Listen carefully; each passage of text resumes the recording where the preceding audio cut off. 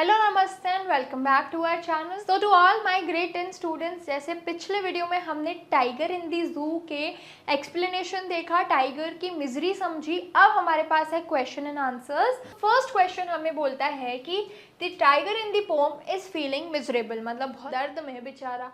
इन दी concrete cell, जो cell था, जो स्टर्डी बाउंड्री थी जिसमें वो बंधा हुआ था, वो वहाँ पे बहुत ज़्यादा ही गंदा फील कर रहा है।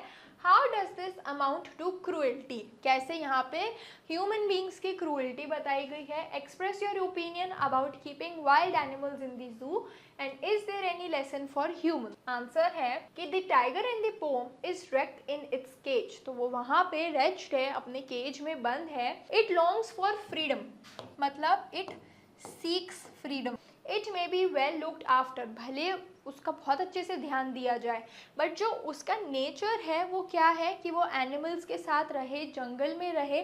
कोई वो पेट एनिमल नहीं है जिसको हम अपन के पास रख सकते हैं। एंड यही चीज़ यहाँ पे पोएट बताना चाह रहे हैं कि भले उसको टाइम से खाना मिले, भले उसको टाइम से पानी मिले, सही वो सेफ रहे, डॉक्टर चेक करता रहे, बट उसकी जो फ्रीडम है वो उसका चार्म है एंड हमने उसकी फ्रीडम ही उससे छीन लिया है। एंड जैसे एनिमल्स बाय वर्च्यू दूसरे एनिमल्स के साथ ही रहना प्रेफर करते हैं, हमने उसका वो स्पार्क ही छीन लिया है। अब यहाँ पे बॉन्डेज है एंड बॉन्डेज क्रूअल होता है। One may argue that at least this way we all will not be killed and become extinct. However, taken away one's freedom to keep one alive, kill the desire to live anyhow. तो किसी को जिंदा रखने के लिए उनकी जो इच्छा होती है जीने के लिए वो ही चली जाएगी, भले वो यहाँ पे सेफ है बट वो खुश नहीं है ना, तो खुश नहीं है, कहीं ना कहीं वो आगे जाके क्या हो जाएगा, डिप्रेस हो जाएगा।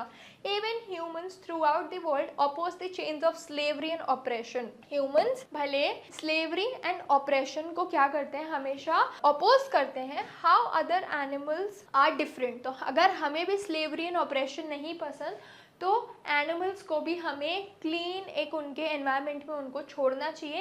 And humans must learn to respect nature, for human exist only due to nature. तो अगर हम नेचर की रिस्पेक्ट करेंगे, अगर हम नेचर को समझेंगे, तो हम भी उसी नेचर से बने हैं, हम भी उसी नेचर का पार्ट है। एंड नेचर की रिस्पेक्ट करते जाना चाहिए, जिसकी वजह से नेचर भी हमारी रिस्पेक्ट करेगा। एंड ये एनिमल्स भी एक तरीके से नेचर का ही पार्ट है, ठीक है। अब freedom is such an essential virtue that is valued not only by human beings but also by animals alike. Justify the statement with reference to the poem Tiger in the Zoo. So freedom is an essential virtue valued by all. Freedom सबको पसंद है, सबके पास होनी चाहिए। And not only humans but even the denizens of the forest value it. तो forest वाले बच्चे जो जानवर हैं हमारे, उनको भी freedom important है। And no one knows it better than a caged tiger in the zoo. जो जंगल का एक तरीके से राजा है, जो पूरे जंगल ओन करता है, उसी को हमने केज में बंदी बना के रख लिया। एंड उससे बेटर फ्रीडम कौन समझेगा। Particularly animals of wild feel free only in their natural habitat, तो इनको फ्रीडम सिर्फ अपने नेचुरल हैबिटेट में ही मिलती है। And any attempt to demonstrate ferocious and mighty animals like lions और tigers by locking them in concrete cell will be against the natural justice. तो इस चीज़ से, इस प्रैक्टिस से हम उनका जस्टिस छीन लेंगे एंड एक तरीके से वो क्या करेंगे, हर्ट होंगे। मतलब he kills them only when he is hungry, he know how to ambush his prey, he lurks unnoticed in the long grass before pouncing on his prey. तो ये एनिमल को पता है कि मेरे को कब कब कहाँ कहाँ कैसे कैसे अटैक करना है। एंड मैं बिना बात के किसी पर अटैक नहीं करूँगा, मैं तभी अटैक करूँगा जब मेरे को भूख लगेगी, मेरे को प्रे की नीड होगी। एंड वो वहाँ पे घूमता रहेगा लॉन्ग ग्रास में, एंड एक तरीके से वो तभी आएगा जब वो उसकी कंडीशन क्या हो जाएगी, मिजरेबल हो जाएगी। He may come out of the forest sometime and terrorize the villagers living in the outskirts of the jungle. He rarely kills them till he is provoked. तो मतलब जब तक हम उसको छेड़ेंगे नहीं, वो हमें तब तक कुछ भी नहीं करेगा। Freedom can't be bargained at any cost. Bargained मतलब freedom cannot be traded at any cost. What message does the poet give to the readers in the A Tiger in the Zoo? Not only humans but animals too cherish freedom.